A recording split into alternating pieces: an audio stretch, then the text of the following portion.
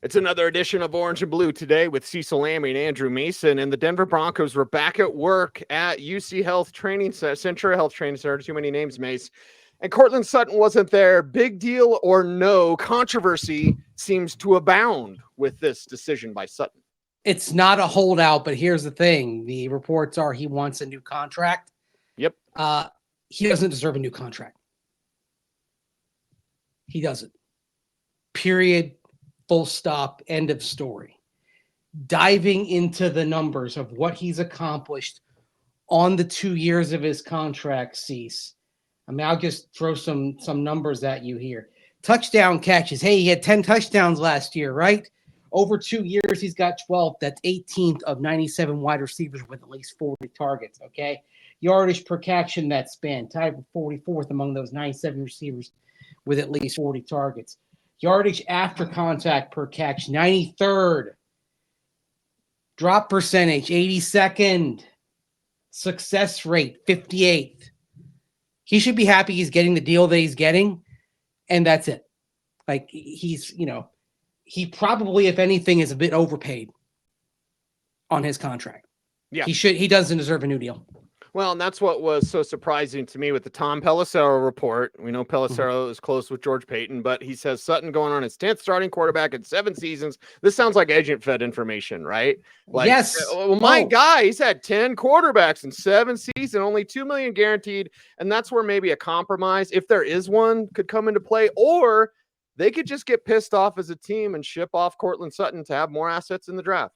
Yeah, don't give me the quarterback instability nonsense when DJ Moore, who came into the league at the same time as Courtland Sutton and has been through equal quarterback instability, has had 4,000-yard seasons in 6 years. He's worked with, end of career Cam Newton, PJ Walker, Sam Darnold. Teddy Bridgewater had a 1,000-yard season with actually the Carolina Panthers with Bridgewater as a starter in 2020 had 2,000-yard receivers. DJ Moore and the receiver now known as Robbie Chosen, right? Courtland Sutton didn't get to 1,000 yards with Teddy Bridgewater, of course, coming off the ACL, but it hasn't happened in the years since then, okay? Last year, Cease, there were 28,000-yard receivers. Courtland Sutton was not one of them. And the whole, it's the quarterback. Yeah? How about Garrett Wilson? What has he dealt with the New York Jets the last 2 years? Mostly Right. Zach Wilson throwing in the ball, right? Right. 2,000-yard seasons. So I'm sorry, the whole thing of it's all about the quarterback, that's bunk. There are a lot of receivers that are working with substandard quarterbacks who are more productive than Courtland Sutton. And this has been true since time immemorial. You can go back decades, okay? So, sorry, not buying it. Yeah, I love Fiery Mace. And yeah, I think this is a bit of a statement because when a voluntary workout happens and a player isn't there, it's like, okay, no big deal. But then when there's reports of a new contract, he only has $2 million in guarantees. He's gotten a lot of money from the Denver Broncos, and because of injuries and just kind of ramping up from that, he has not played up to that contract or his current contract. So, listen, they've got options. I'm writing up wide receivers now for denversports.com. That'll come out later this week, my draft previews. You know what's in this class? A crap ton of wide receiver talent. If you wanted to go to day 3, I can get you day 3 damn near Pro Bowlers, Mace, in this draft class. Let's have a conversation about Taj Washington and Malik Washington, right? Right.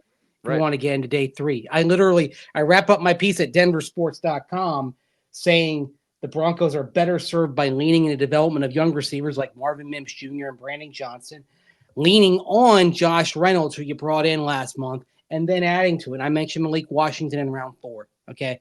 I wish the Broncos had an infinite stash of round 3, round 4 picks. Because I kind of love the round 3, round 4 range this year. Oh, it's healthy. I don't love it getting in around 6, but I love the middle. I think there's some meat on the bone in the middle rounds of the draft at a lot of positions. Those are the guys I feel like I'm talking about over and over again, but I would much rather do that. And by the way, just it's something interesting on Courtland Sutton and whether he is a fit for a Sean Payton offense. Okay, Sean Payton offense, you want receivers who can get yardage after the catch, right?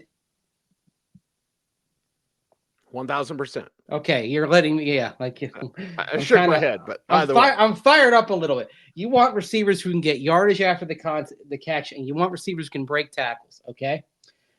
Yardage after contact for Courtland Sutton on this current contract since 2022, as I look at it in my notes here, 93rd of 97 receivers with at least 40 targets. Forced broken tackle rate. He has one broken tackle the last 2 years, Cease. One. So that rate, one broken tackle forced every 123 catches. That's 94th of 97.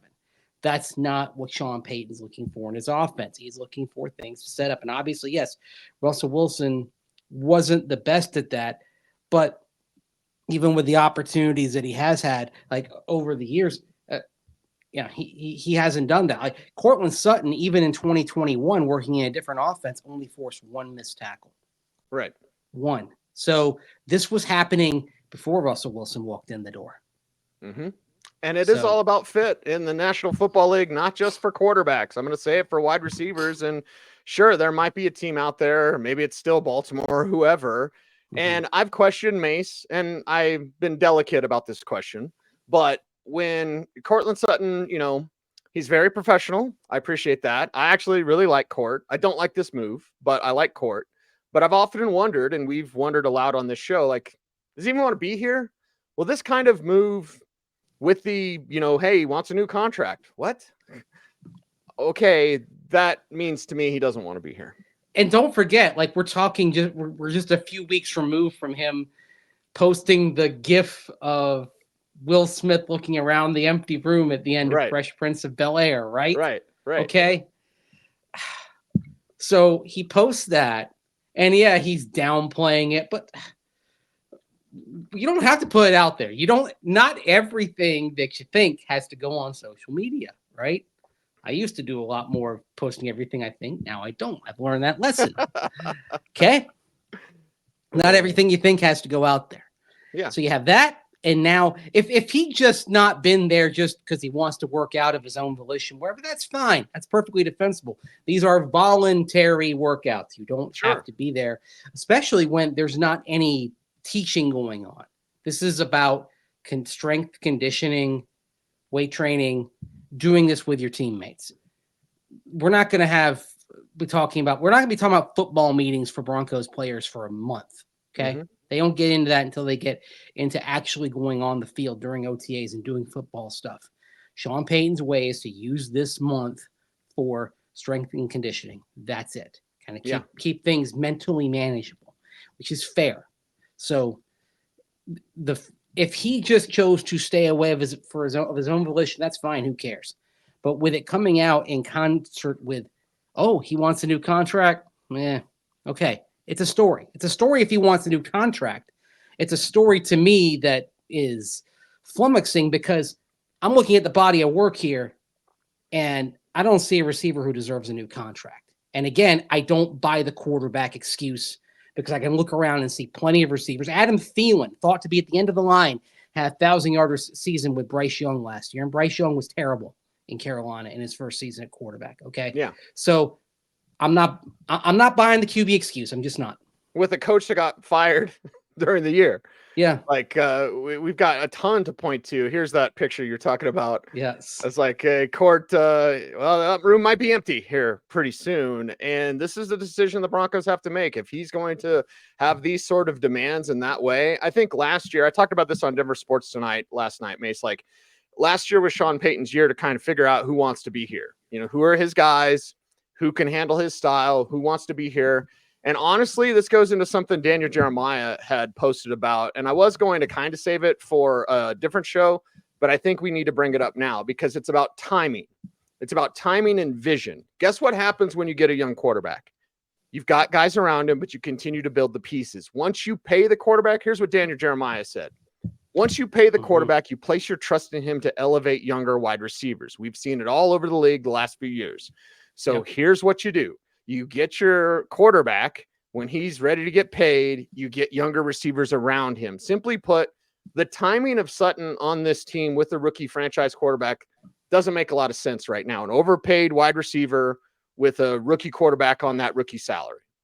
Well, I would actually say, though, that a high-paid receiver does make sense with a young quarterback to help him along, right? If he's playing up to his potential. If he's playing up to his potential and if he's playing up to his contract value, I would suggest that right now again, I think I'm being generous when I say that Courtland Sutton is playing up to his value. I'm going to be lenient on the grading here and say that the Broncos are getting fair value, not great value, fair value.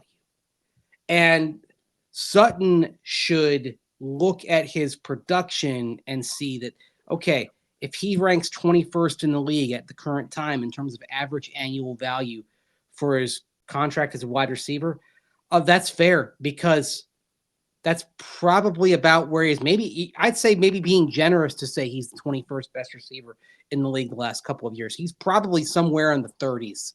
Okay. A lot of Broncos fans aren't going to want to hear that, but the production is what it is. And again, you have a fair amount of receivers working with arguably worse quarterback situations who have still been productive. Yeah. So that just doesn't, the quarterback excuse doesn't hold water. It hasn't held water with me for a long time. I remember watching Vinny Testaverde struggle in Tampa Bay. If you're playing the Mace drinking game, there's a Tampa reference. And, Testaverde was throwing interceptions all over the place. It didn't stop Mark Carrier and Bruce Hill from having 1,000-yard years. Okay. Mm-hmm. So that's a lesson I learned a long time ago, that you can be receiver is a dependent position in terms of hitting like a ceiling, but you can be a productive wide receiver. You can hit that magic 1,000-yard not baseline, but not the milestone. And it still matters if you can hit that and not have a great quarterback. And it's 28 wide receivers, 1,000 yards last year. 28 pass catchers, 1,000 yards last year. Okay. Mm-hmm. And Courtland Sutton wasn't one of them, and he was healthy for pretty much the entire year. Yeah, I'm saying this is a message from Sutton's camp, and I'm saying the message will be received and then moved on from the Denver Broncos. Let's say all they could get is a 5th rounder. And some of this we're going to get into in our special episode coming up tomorrow about combinations. But let's say 5th rounder, because it does dry up. I think this is a real heavy draft. It's like 20 really good receivers in this draft, but it dries up after the 3rd. But if we say, so who would you take in the 5th round? Well, Johnny Wilson from Florida State's there. He's hurt a lot, but he's a huge target. Jaquan Jackson from Tulane. We'll talk about him more tomorrow, but there's a 5th rounder. Luke McCaffrey or Courtland Sutton. Who you taking, Broncos country? Because after Sutton's pulling this, I'm saying, you know what? Give me Luke. Go with Mims. Timmy Pats is there. As long as Timmy Pats is healthy, he can easily do, if not best, what Sutton has done. As long as Tim Patrick is healthy, you could even make the argument, had he been healthy, he would have been the superior wide receiver. Roll the dice that Marvin Mims Jr. can take the next step up. And I think if you want to put the cherry on the sundae for me at receiver, Luke McCaffrey in round 5, great. The cherry on the sundae is David White in the 7th round. Yeah. Okay. Out of Western Carolina, a guy we saw that has some high level potential. He's the guy that I would like to have on Tim Patrick's hip this year. Having Timmy Pack show him this is how you do it, because there's a lot in common with their skill set.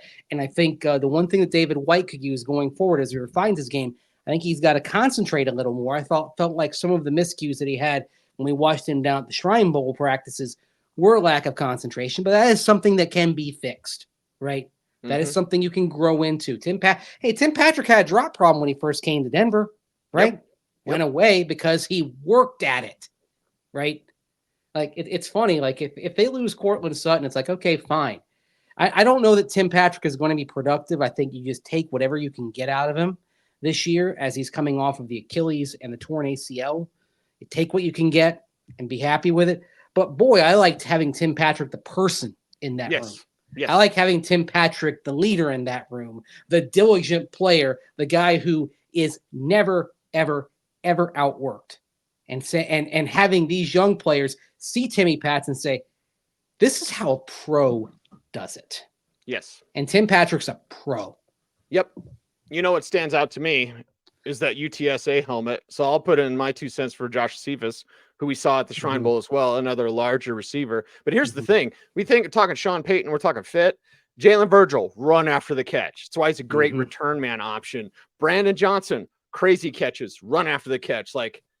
You might already have the guys. We're talking about the draft. I think they should take a day 3 wide receiver. We've got a bunch of really good names, but if you go with the guys you've got, I kind of like some of the guys you've got. Let them fight it out and let them get chemistry with whoever's at quarterback. Right. Right. I feel like you need veteran presence up front, but also I feel like with a young receiver, there's a whole thing of being able to maybe grow together. Because the most important things are timing and cohesion. And that's something you get from rep after rep after rep after rep. And then if you've got Timmy Pats in there, you have somebody who can show everybody the way. So you got him and Rutledge in there, a couple of veterans, seasoned guys, they're pros. So I'm not worried about having a young group because I know I've got a couple of people in there who can point the way. So then it's and honestly, like, look at Courtland Sutton, and what are you doing? If you want a new contract, man, hey, I'm not going to begrudge you for wanting a new contract, but it is within his rights to say I want a new deal. It's within the Broncos' rights to say no. You actually have a fair deal right now relative to what you have done the last couple of years, and I think objectively that is the case. He has a fair deal. And if he doesn't want to play on that, if he thinks he can get some better from somewhere else, then you know what? I would give him permission to seek a trade. To work out to work out contract terms and hopefully get back a fair return in a trade. And if you think it's better out there, ask Justin Simmons, who is a markedly better player and a player that was well worth his price tag. Justin Simmons should be signed to a big money deal right now. And he's just out there. So, Court, you think you can get more money from somewhere else? I hope you do. But good luck in this situation. Bring up Josh Reynolds. We didn't talk much about the Reynolds thing. I mean, it's got the dropsies. Ask anybody that NFC Championship game for sure. But okay, you've got what you need. Even without Courtland Sutton, you've got what you need. And the Josh Reynolds deal, I mean, that's part of it. Yeah, exactly. And again, actually, there's another guy, even though he's a veteran, I like him being around Tim Patrick because Tim Patrick, is a guy that does not drop the ball. Like, he has great drop rate. By the way, I'll throw something else out there at you regarding Courtland Sutton. You know who had it would probably shock Bronco fans to know it the last 2 years, the better player in terms of drop rate was Jerry Jeudy. Okay. Jerry Jeudy in the last 2 years dropped one of every 18 catchable passes. Sutton dropped one of every 9 catchable passes per the data from sportradar.com. Okay.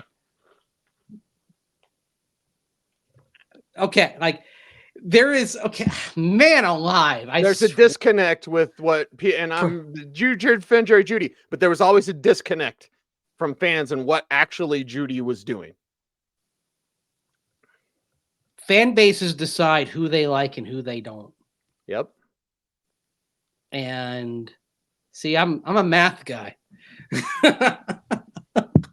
Well, we're memory guys, and I hate to bring this up because God rest his soul, and we all love him. We all love Demarius, but I remember when fans couldn't stand Demarius because he dropped stuff early on. Yeah. Well, eventually you can make up for that. And by the way, Wes Welker had a high drop rate. Didn't mean he wasn't productive. So that's not everything, but it's just interesting that the whole drop, Jerry Jeudy never got past the whole drop thing early in his career. And yet the last couple of years when Courtland was on the bigger money contract, he had the worst drop rate. And now I wonder if Courtland Sutton looks at Jerry Judy's deal and is like, okay, it's time for me to get more. You know what?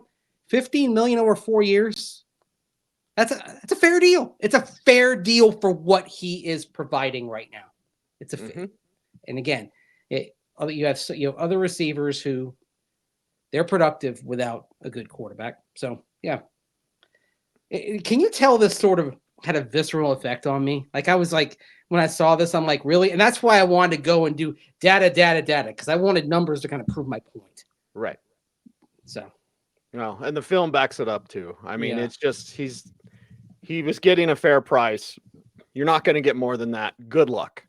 And if this helps the Broncos get another 5th-round pick that they can throw in a package for a quarterback, whatever. Yeah, I mean, if it's clear that you don't want to be here and you feel like you're underpaid, well, then good. Go get paid what you think you can, and the Broncos are going to be fine. Yep. They'll be more than fine. And the truth, and some fans may not like the truth, but the truth ain't meant to make you feel good. It's that with what it is. Seek the truth and speak the truth, Mace. It's what we do on this show. I'm speaking my truth. speaking some facts, and I'm speaking my truth. Yeah. Well, hey, I'm open to saying that others may disagree with my point. That's fine. I get that. I mean, I think I think people who disagree may be wrong on this one, but I'm open to it. I can respectfully disagree. All I want is what's best for the Broncos. And if Sutton's going to pull this, that's not best for the Broncos. So see ya. And I love Court, but are you in or are you out? Exactly. Right? This is Sean Payton's way. If you don't like it, fine. I understand. Sean Payton's, a tyrant is what I've called him. Yeah. Okay, fine. He's going to be that way. He's got the power. And if you don't like it, then perhaps you should pull something like this. Yeah. So do you feel better, Mace? I do. I'm sorry. I'm like, what are we doing here? Like, what are we doing? That's like when I saw this morning. That's why I probably spent way too much time working on that story, but I just wanted the numbers right. Mm-hmm. Yeah, that's right. I mean, how do you force only one broken tackle over 2 years? 2 in the last 3, none in 2023. What is going on here, man? Mm-hmm. What? You know how many, by the way, and it's kind of sad because again, there is a pretty clear line between pre-injury Courtland Sutton and post-injury Courtland Sutton. He forced 12 broken tackles in 2019. And you know what? That injury is tough, and I get it. Like that, but you can't, this isn't a charity, okay? This is pro football, and sometimes if you don't have it, like if you can't live up to the deal, you gotta move on. And I didn't want to move on from Courtland Sutton, like to begin with. Like, again, I'll give the benefit of the doubt and say a guy who did have the 10 touchdowns last year, did have some spectacular catches. I'll give the benefit of the doubt and say that a cap figure that this year for 2024 ranks 17th among wide receivers. As I check my notes here on my big screen, 17th among wide receivers. That's okay. I'd say that's a fair deal. Fair deal. Yep. But you want more than that? Go find it somewhere else, as far as I'm concerned. Yeah. Well, we want more YouTube subscribers, so help us out. We got our special hangout with us here. You got until May 10th. You subscribe to our Denver Sports YouTube channel. You have a chance to get lunch, have a station tour, sit in on some of our shows, including Coffee Break, including Orange and Blue Today, and of course, With the Drive with Zach and Phil.